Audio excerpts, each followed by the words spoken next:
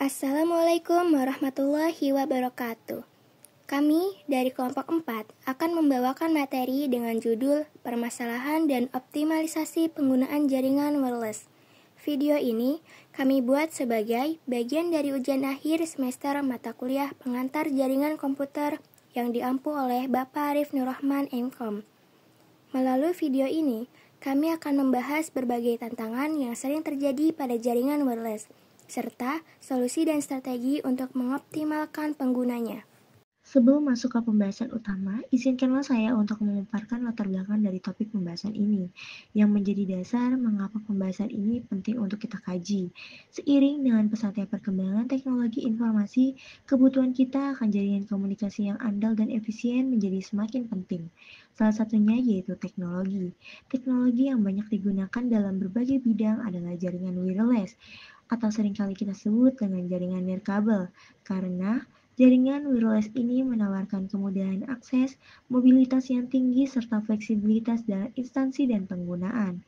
Namun, di balik berbagai kelebihannya, jaringan wireless juga memiliki sejumlah tantangan yang perlu diperhatikan. Permasalahan seperti jangkauan sinyal yang terbatas, gangguan interferensi, keamanan jaringan yang rentan, serta pembagian bandwidth yang tidak optimal sering sekali mengganggu kenyamanan dan efisiensi pengguna. Apabila tidak ditangani dengan baik, masalah-masalah tersebut dapat menurunkan kualitas dan berdampak pada kinerja sistem secara keseluruhan. Berdasarkan uraian latar belakang yang saya jelaskan tadi, maka materi yang akan kita bahas yaitu mengenai yang pertama, permasalahan teknis umum yang seringkali terjadi dalam penggunaan jaringan wireless. Yang kedua, penerapan network development lifecycle dapat membantu dalam mengoptimalkan jaringan wireless. Yang ketiga, cara kerja hierarchical token bucket dalam meningkatkan quality of service dalam jaringan wireless. Yang keempat, hasil dari penerapan beberapa cara untuk meningkatkan kinerja jaringan wireless di berbagai tempat.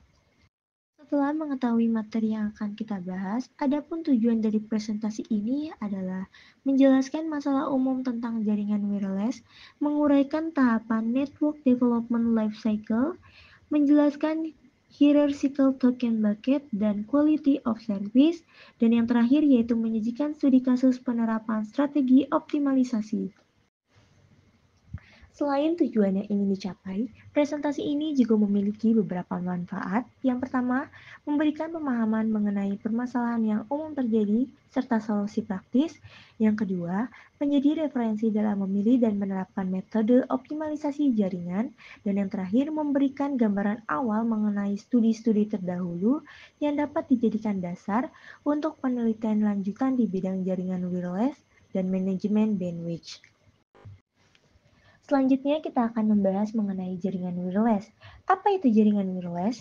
Jaringan wireless atau biasa kita sebut dengan nirkabel adalah bidang disiplin yang berkaitan dengan komunikasi antar sistem komputer tanpa menggunakan kabel. Jaringan nirkabel ini seringkali dipakai untuk jaringan komputer baik pada jarak yang dekat maupun jarak yang jauh. Selanjutnya, Network Development Lifecycle merupakan sebuah metode yang bergantung pada proses pengembangan sebelumnya seperti perencanaan strategi bisnis, daur hidup pengembangan aplikasi, dan analisis pendistribusian data. Berikut ini adalah tahapan dari NDLC. Yang pertama ada analisis. Tahapan ini dilakukan analisis kebutuhan, analisis permasalahan yang muncul, analisis keinginan pengguna, dan analisis topologi jaringan yang sudah ada saat ini. Yang kedua, yaitu desain. Dari data-data yang didapatkan sebelumnya, tahap desain ini akan membuat gambar desain topologi jaringan interkoneksi yang akan dibangun. Yang ketiga, simulation prototype. Simulation prototype ini dimaksudkan untuk melihat kinerja awal dari jaringan yang akan dibangun dan sebagai bahan presentasi dan sharing dengan teamwork lainnya. Yang keempat, implementasi. Dalam implementasi, pekerja jaringan akan menerapkan semua yang telah direncanakan dan didesain sebelumnya. Yang kelima, monitoring, yaitu agar jaringan komputer dan komunikasi dapat berjalan sesuai dengan keinginan dan tujuan awal, maka perlu dilakukan kegiatan monitoring. Yang keenam, yaitu manajemen. Pada level manajemen atau pengaturan, salah satu yang menjadi perhatian khusus adalah masalah kebijakan. Kebijakan perlu dibuat untuk membuat atau mengatur agar sistem yang telah dibangun dan berjalan dengan baik dapat berlangsung lama. Selanjutnya ada Quality of Service atau biasa disebut QoS, merupakan kemampuan suatu jaringan untuk menyediakan layanan yang lebih baik pada trafik data tertentu pada berbagai jenis platform teknologi. Nah, QoS ini memiliki parameter diantaranya sebagai berikut, yaitu yang pertama, delay. Delay merupakan waktu yang dibutuhkan data untuk menempuh jarak dari asal ke tujuan. Yang kedua yaitu jitter. Jitter merupakan variasi delay antar paket yang terjadi pada jaringan IP. Yang ketiga ada throughput. Throughput merupakan jumlah total kedatangan paket yang sukses yang diamati pada destination selama interval waktu tertentu dibagi oleh durasi interval waktu tersebut. Yang terakhir ada packet loss. Packet loss didefinisikan sebagai kegagalan transmisi paket IP mencapai tujuannya. Kemudian ada Hierarchical Token Bucket atau HTB, adalah metode yang digunakan untuk mengatur pembagian bandwidth sesuai dengan namanya. Pembagian bandwidth dilakukan secara hierarki dan dibagi ke dalam kelas-kelas sehingga mempermudah pengaturan bandwidth. HTB banyak digunakan karena menawarkan kemudahan dengan teknik peminjaman dan implementasi pembagian trafik yang lebih akurat. Ada 3 tipe kelas dalam HTB, yakni root, inner, dan leaf. Root class berada di urutan paling atas, sedangkan leaf class adalah terminal class yang mempunyai parent class tetapi tidak mempunyai child class. Kemudian, pada leaf class, trafik dan layar yang lebih tinggi disuntikan melalui klasifikasi yang harus digunakan melalui filter, sehingga jenis trafik dan prioritas bisa dibedakan. Sebelum trafik memasuki leaf class, harus diklasifikasikan melalui filter dengan berbagai rules yang berbeda. Permasalahan dalam penggunaan jaringan wireless. Nah, dalam perkembangan teknologi informasi saat ini yang signifikan, itu meningkatkan kualitas, efisiensi, dan aksesibilitas layanan. Nah, di balik hal itu, terdapat beberapa permasalahan yang mungkin terjadi dalam penggunaan jaringan wireless.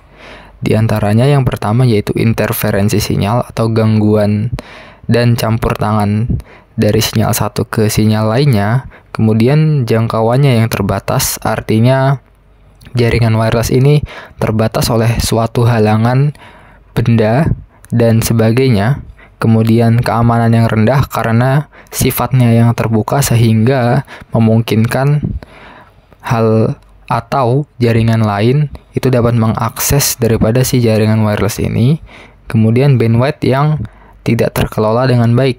Dalam arti bandwidth di sini yaitu tidak mempunyai pengelolaan dalam segi keamanan yang baik sehingga rentan untuk dicuri datanya, seperti itu.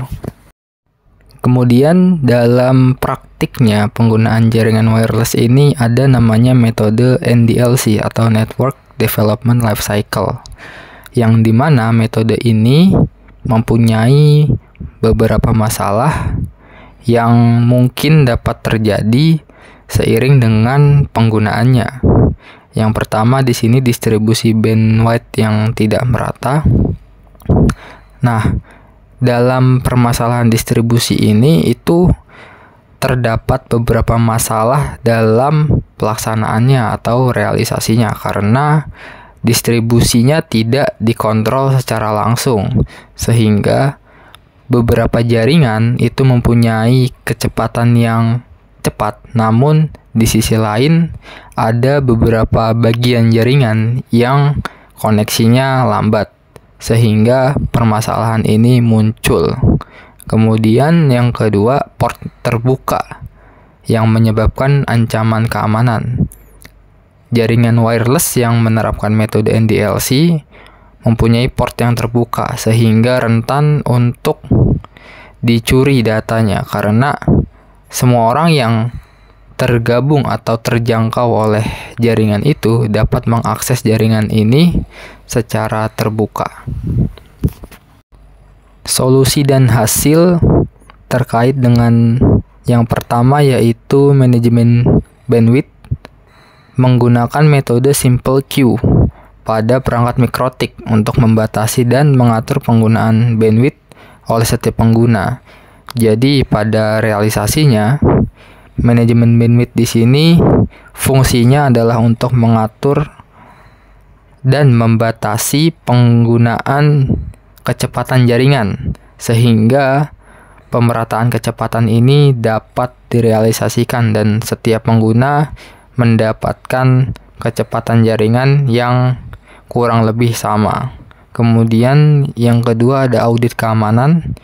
Dengan melakukan pemindaian port menggunakan perangkat lunak Nmap untuk mengidentifikasi dan menutup port yang tidak diperlukan atau untuk mengurangi potensi serangan.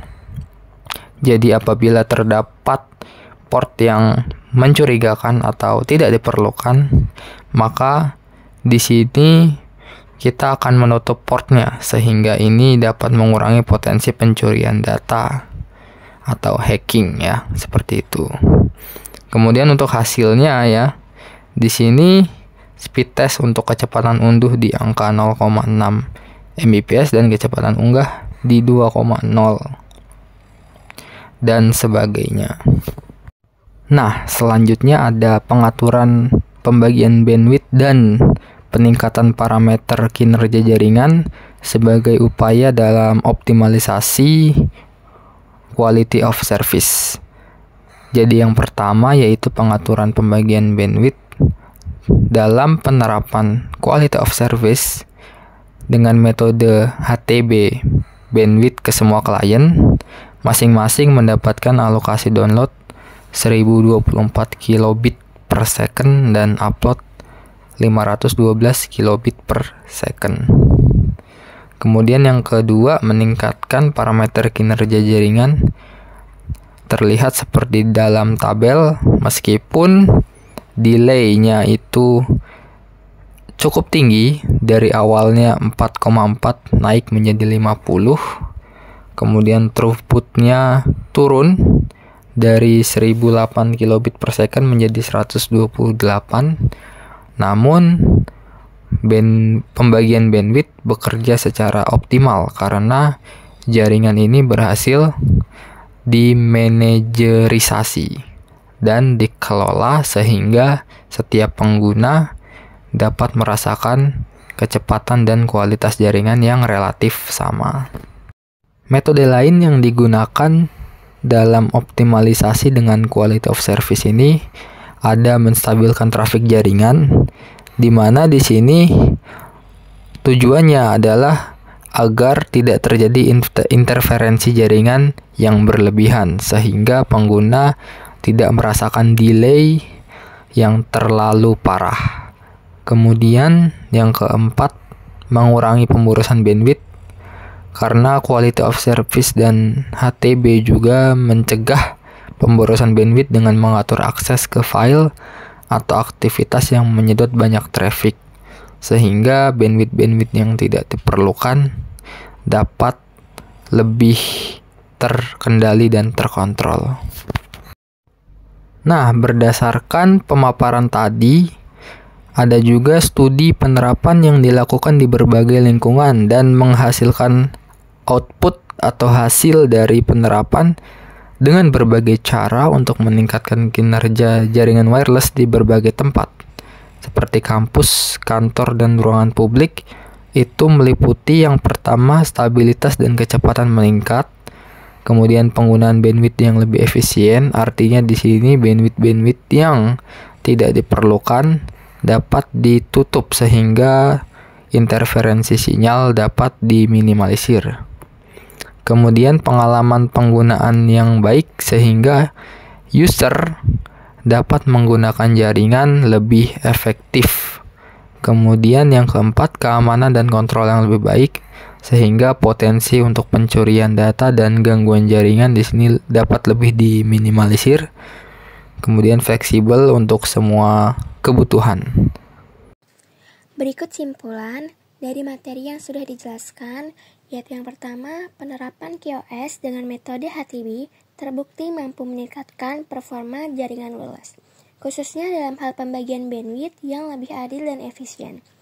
Parameter QoS jaringan menunjukkan perbaikan signifikan setelah diterapkannya metode HTB, sehingga jaringan menjadi lebih stabil dan nyaman digunakan.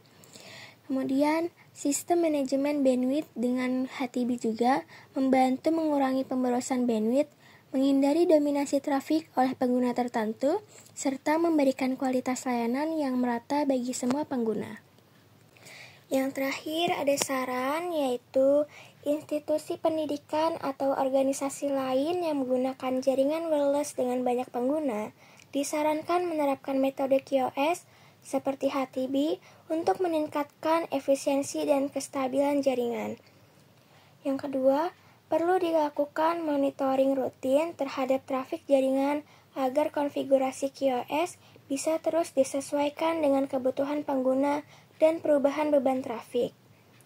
Yang ketiga, untuk jaringan yang lebih besar, dapat dipertimbangkan penggunaan kombinasi QoS dengan sistem autentikasi dan pengelompokan trafik berdasarkan jenis layanan agar manajemen jaringan lebih optimal. Yang terakhir, dokumentasi dan pelatihan bagi tim IT atau admin jaringan sangat diperlukan agar pengelolaan HTB dan QoS dapat diterapkan dan dikembangkan secara mandiri. Demikianlah presentasi dari kami mengenai permasalahan dan optimalisasi penggunaan jaringan wireless. Akhir kata, wassalamualaikum warahmatullahi wabarakatuh.